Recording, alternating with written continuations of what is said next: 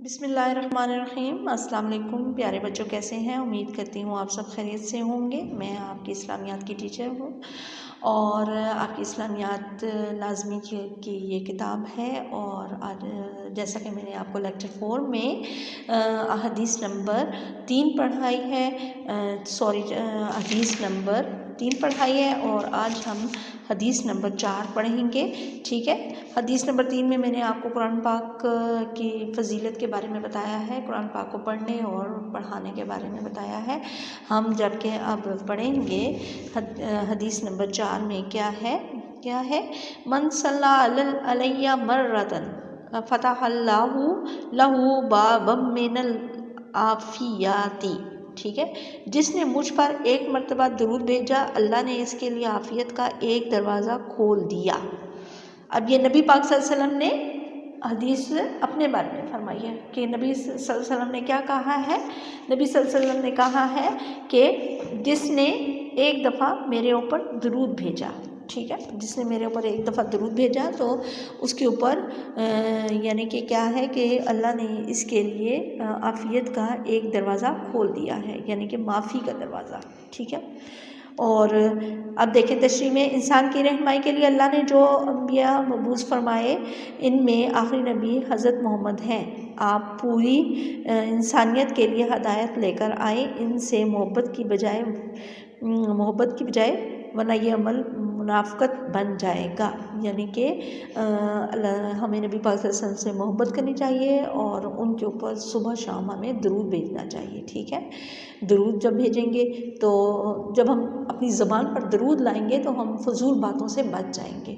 ये चीज़ है ना कि जब दरूद पढ़ते रहेंगे तो हमारी फजूल बातें वो नहीं होंगी, हमारी ज़बान जैसी है वो विर्द कर रही होगी, तो हम फजूल ना सोचेंगे और ना बोलेंगे।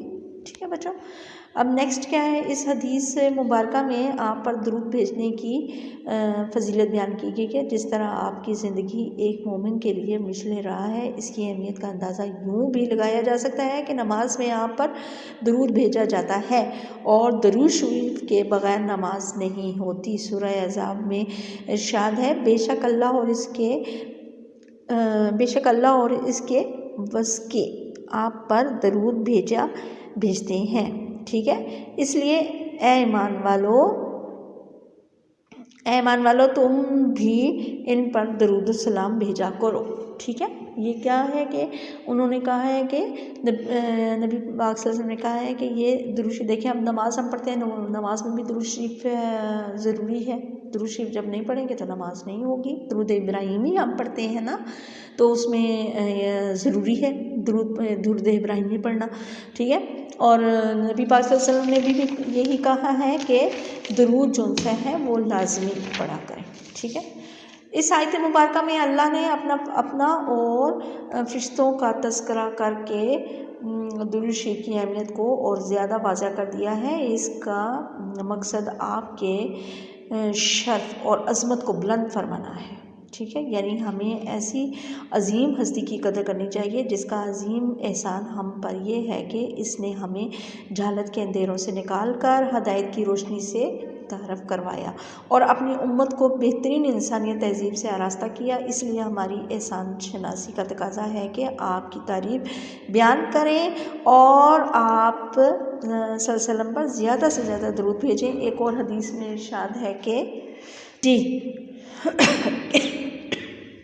ज़्यादा से ज़्यादा हम लोग नबी पाक सल्लल्लाहु अलैहि वसल्लम पर दरूद भेजें। एक और हदीस में इरशाद है, मुझ पर कसरत से दरूद भेजा करो, अल्लाह मेरी कब्र पर एक फ़रिश्ता मुकर्रर फरमाएगा। ठीक है, यानी कि हम जब दरूद भेजते हैं तो अल्लाह ताला एक फ़रिश्ता नबी पाक सल्लल्लाहु अलैहि वसल्लम की कब्र पर मुख्तस कर देता है और जब भी मेरा कोई उम्मती दरूद भेजेगा तो ये फ़रिश्ता मुझे कहेगा, ए मोहम्मद फ़लाँ बिन फ़लाँ ने बिन फ़लाँ वक्त पर आप पर दरूद भेजा। अब देखिए कितनी अफादियत है इस चीज़ की और कितना फ़जीलत है इसकी। ठीक है, नबी पाक सल्लल्लाहु अलैहि वसल्लम पर दरूद भेजने में कितना टाइम लगता है, मैक्सिमम आप 1 मिनट लगता होगा, 2 मिनट लग जाते होंगे ज़्यादा से ज़्यादा। दरूद इब्राहिमी चले बड़ा है, लेकिन कितनी फ़जीलत है उसकी। जब हम दरूद पढ़ेंगे, एक तो आपकी ज़बान जो सी है पाक रहेगी, जितना दरूद पढ़ेंगे ज़बान पाक रहेगी, ठीक है। और दूसरा आप यानी कि फ़जूल बातों से बच जाएंगे, फ़जूल चीज़ों से बच जाएंगे, ठीक है। आपका दिल दिमाग जो है वो उसके ऊपर दरूद ही पढ़ा जा रहा होगा। अब नेक्स्ट देखें क्या लिखा हुआ है कि दरूद अल्लाह और इसके रसूल की मोहब्बत है। एक और हदीस में बताया गया है दरूद अल्लाह और रसूल की मोहब्बत हासिल करने का रास्ता है, जिसकी वजह से दुआएं कबूल होती हैं। दरूद शरीफ गुनाहों की मग़फ़िरत और तमाम मुसीबतों से निजात हासिल करने का ज़रिया है।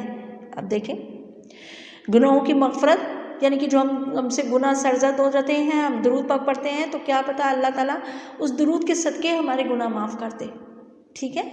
ये चीज़ है।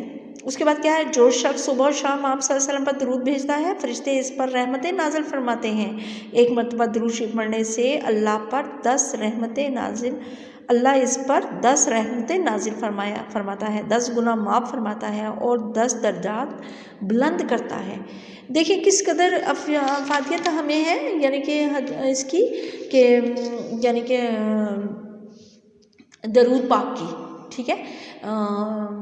अल्लाह ताला की कितनी ज़्यादा नेमतें अल्लाह ताला ने यानी कि रहमतें अपनी नाजिल फरमाएगा और अल्लाह ताला अपनी रहमतों से हमें हर चीज़ अता करेगा, ठीक है, अता करेगा। और देखें इतनी ज़्यादा रहमतें हैं लेकिन फिर भी हम लोग हैं कि हम लोग फिर भी दीन से हटे हुए हैं। दरूद पढ़ते हुए हम लोग फ़जूल बातों में इतना टाइम सर्व कर देते हैं कि जिससे हम लोग यानी कि दरूद पाक की तरफ, या नमाज ले लें, मैक्सिमम नमाज़ पढ़ने का कितना यानी कि 1 घंटा, अगर सारी नमाज़ों को मिलाकर टाइम देखा जाए तो 1 घंटा मैक्सिमम, मतलब 1 घंटा और 15-20 मिनट मेरे ख्याल में बनते हैं। तो हम लोग अल्लाह ताला के लिए 1 घंटा और नबी पाक सल्लल्लाहु अलैहि वसल्लम की दरूद पढ़ने के लिए, दरूद भेजने के लिए हम कितना यानी कि 1 मिनट भी हम नहीं वो कर सकते कि एक दिन में हम लोग 100 मरतबा पढ़ लें या कुछ कर लें, लेकिन ये है कि हमारे पास इतना टाइम नहीं रहता। ये अब देखिए छोटी छोटी चीज़ें हैं जो हमें जन्नत की तरफ लेके जाती हैं। अब दरूद पाक है, छोटा सा हम पढ़ेंगे। अगर फारिग आप बैठे हुए हैं तो आप दरूद शरीफ पढ़ेंगे तो आप इससे क्या है कि आप जन्नत की तरफ जा रहे हैं, यानी कि आपकी गुनाह जो से वो माफ़ हो रहे हैं और आपकी नेकियां लिखी जा रही हैं। तो आपको पता है कि हम लोगों ने मरना है और ऊपर हमने अपने अमाल का हिसाब देना है। तो क्या पता हम लोग ये जो पढ़ते हैं, दरूद पाक पढ़ते हैं, इसी के तफ़ैल हमें यानी कि माफ़ फरमा दिया जाए और हमें जन्नत में भेज दिया जाए, ठीक है। ये बच्चों ध्यान से आप लोगों ने पढ़ना भी है और समझना भी है, इसकी तर्जुमा और तशरीह ध्यान से करनी है, ठीक है। आप लोगों ने बड़े ख्याल से इसको पढ़ना है और इसका तर्जुमा और तशरीह बहुत अच्छे तरीके से करनी है और ये कॉपी पर भी आपने उतारना है, नीट एंड क्लीन काम उतारना है। बार बार आपको बताया जा रहा है कि छुट्टियों में आपको अगर आपकी कॉपियाँ चेक की जाएंगी और आप लोगों को इसके 50% नंबर भी दिए जाएंगे, ठीक है। आप लोगों ने ध्यान से ये काम करना भी है और पढ़ना भी है, याद भी करना है। अपनी सेहत का ख्याल रखिएगा। ओके बच्चों, अल्लाह हाफिज़।